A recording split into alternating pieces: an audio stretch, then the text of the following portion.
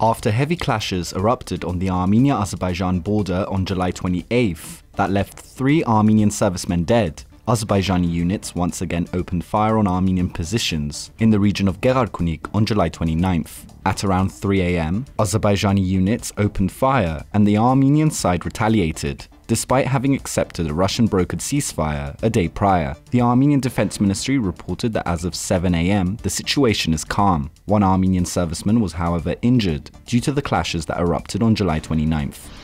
And the US House of Representatives has accepted an amendment submitted by Congressman Frank Pallone, which halts US military aid to Azerbaijan. Pallone issued a statement prior to the adoption of the amendment, in which he referred to the incursions and attacks by the Azerbaijani armed forces in the Gegarkunik region on July 28th. Today's attack by Azerbaijan is part of a plan to seize Armenian lands and disrupt democracy in the country, Pallone said. Pallone added that no funding will be provided to Azerbaijan through the International Military Education Training Program, as well as the External Military Financing Program. The amendment does not, however, preclude the provision of discretionary military equipment being sent to Azerbaijan.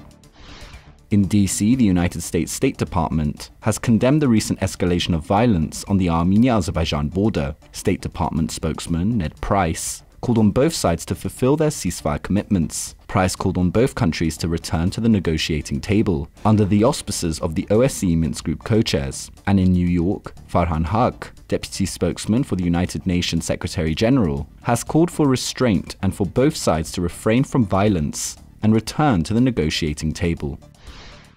In today's government sitting, Acting Prime Minister Nikol Pashinyan said that the situation on the border is not stabilizing. Pashinyan proposed that Russian border guard posts be set up along the border with Azerbaijan to prevent further violence. Spokesman of the Russian president, Dmitry Peskov, responded to the proposition by the Armenian PM, saying that talks and agreements with Yerevan are ongoing. Pashinyan furthermore suggested that the Collective Security Treaty Organization send a monitoring mission to the border areas.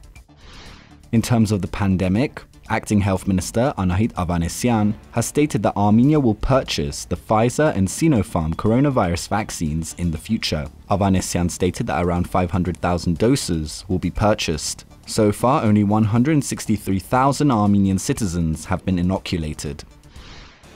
And in Baku, a third group of 13 Armenian POWs have been sentenced to 6 years imprisonment for illegally crossing the state border, terrorism, and illegal firearms possession. Baku has so far sentenced 39 Armenian POWs to 6 years in a Baku jail.